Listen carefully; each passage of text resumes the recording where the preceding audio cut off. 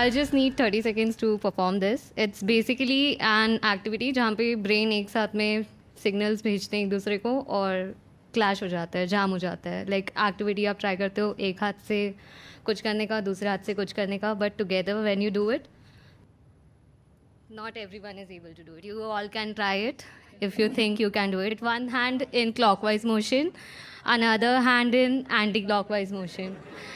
So you need to do this too.